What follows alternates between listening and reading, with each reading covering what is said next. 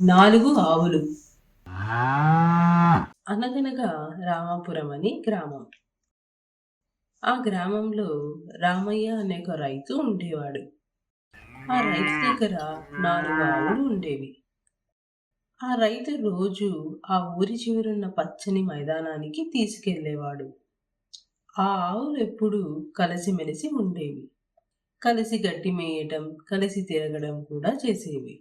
ఒకరోజు ఆ రైతు ఆవులను మైదానంలో వదిలిపెట్టి కాసేపు నిద్రపోదామని ఆలోచించి వెళ్ళి పడుకున్నాడు. ఆ మైదానానికి ఆనుకొని చిన్న అడవి ఉంది. అందులో కొన్ని సింహాలు ఉండేటివి. ఆవులక్కడ గడ్డి మేయటం గమనించి కాసేపటికి అక్కడికి ఒక సింహం వచ్చి ఆ ఆవులను తినడానికి చూసింది. కానీ అవి కలిసిమెలిసి ఉండడంతో వీటి జోలికి రాకూడదని గ్రహించి అక్కడి నుండి వెళ్ళిపోయింది. కొంతకాలానికి ఏదో విషయంలో వాటి మధ్య దెబ్బలాట జరిగింది.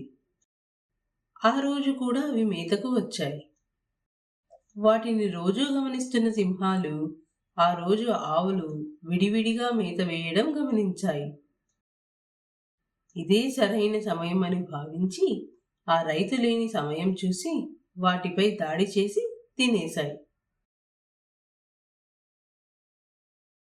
నీతి: ఐకమత్యమే మహాబలం.